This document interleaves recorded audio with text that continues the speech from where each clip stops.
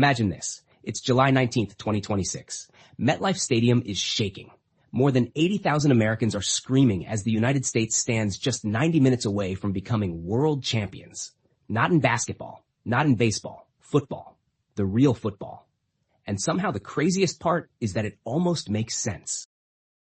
For most of football history, the United States has been a sleeping giant. The country has over 330 million people, the biggest sports market on earth, world-class infrastructure, and a domestic league that keeps getting stronger every year. Yet when it comes to the World Cup, they've never truly been considered favorites. Their best modern run came in 2002, reaching the quarterfinals before losing to Germany. Since then, they've produced talented players, built better academies, and sent more stars to Europe than ever before. Christian Pulisic, Weston McKennie, Tyler Adams, Gio Reyna, and a new generation growing up in systems designed to compete with Europe and South America have slowly changed the perception of American soccer. Now add one more factor. The 2026 World Cup is being played at home, the biggest crowd advantage in American football history. So let's say everything clicks at exactly the right moment, and the United States wins the World Cup. The tournament begins in Los Angeles, and the pressure is enormous. Every sports network in America is covering the team. NFL stars are talking about them. NBA players are posting predictions. For the first time ever, soccer isn't fighting for attention. It is the attention. The opening match arrives against Morocco. The game is nervous, messy, and tight. Then in the 76th minute, Christian Pulisic cuts inside and curls one into the top corner, 1-0. The stadium erupts. America has liftoff. A draw against Switzerland follows, then a convincing win over South Korea. The United States tops the group, but nobody is talking about winning the World Cup yet. Then comes the first turning point, the round of 32. USA versus the Netherlands, the same team that eliminated them in 2022. The Dutch dominate possession early and score first. Suddenly, every old fear returns. Maybe this team still isn't ready. Maybe the gap is still too big. Then something changes. Tyler Adams takes control of midfield. Pulisic starts finding space. Ricardo Pepi scores the equalizer. The momentum swings. In the 84th minute, the United States strikes again. 2-1. The final whistle blows. The Americans have finally beaten one of Europe's elite nations in a World Cup knockout match.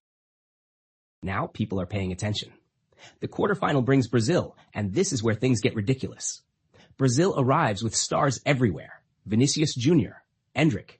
The betting markets give the Americans almost no chance. For 60 minutes, Brazil looks unstoppable, launching wave after wave of attacks. But goalkeeper Matt Turner is having the game of his life. Then comes the moment nobody forgets. In the 72nd minute, the United States breaks forward. 3 passes, 1 perfect through ball. Pulisic races clear, takes 1 touch, and fires into the net. 1-0. The final 20 minutes feel like 20 years. Brazil throws everything forward. The crossbar saves 1 chance. Turner saves another. Somehow, the United States survives. The football world is stunned. America is in the semifinals. The headlines are everywhere, from London to Buenos Aires, from Madrid to Tokyo. A nation that spent decades trying to earn football's respect is suddenly 1 game away from the World Cup final. Then comes France, and things get worse immediately. Mbappe scores after 12 minutes, 1-0.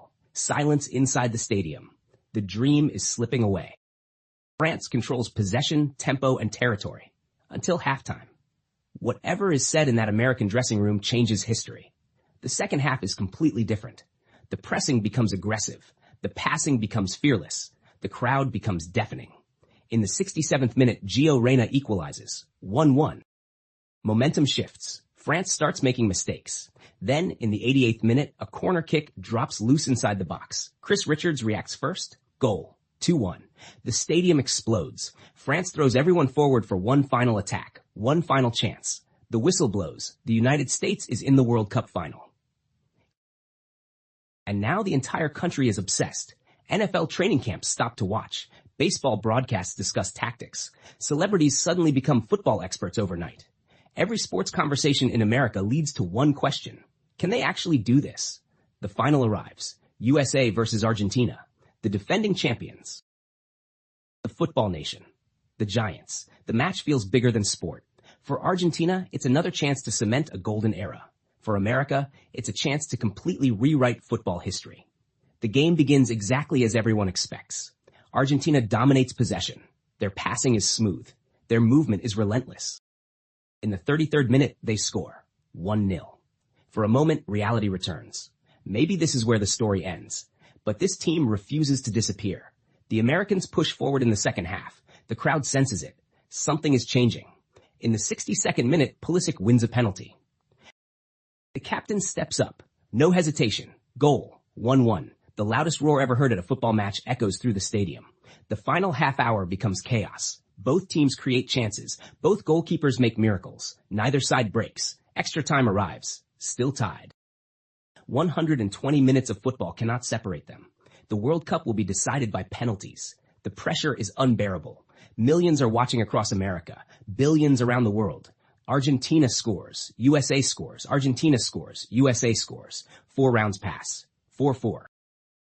Then comes the moment. Argentina's 5th penalty, saved. Matt Turner dives to his right and somehow keeps it out. The stadium almost collapses from the noise. Now it's America's chance. Christian Pulisic walks forward, captain, leader, the face of American football.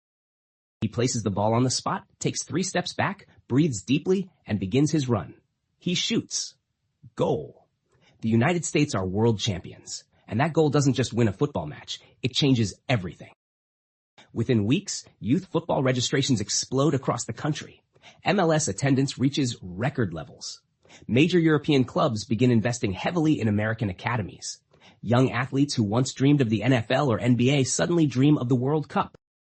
Television deals become massive. Club valuations soar. The United States becomes one of football's true power centers. But the biggest change happens outside America. For over a century, football belonged mostly to Europe and South America. Now a new giant has arrived. A giant with endless resources, endless fans, and now a World Cup trophy. The balance of power begins to shift. Every traditional football nation starts asking the same uncomfortable question. What happens if this is only the beginning? Because that's the scary part. Winning one World Cup would be shocking. Winning one at home could be transformational. But if America discovers that football matters as much as football fans do, the rest of the world might have a problem. Would a USA World Cup victory be the greatest underdog story in football history? Or would it mark the beginning of a new football superpower? Let me know in the comments. And if you enjoy football stories that almost feel real, subscribe to Beyond What If, because football's craziest timelines are just getting started.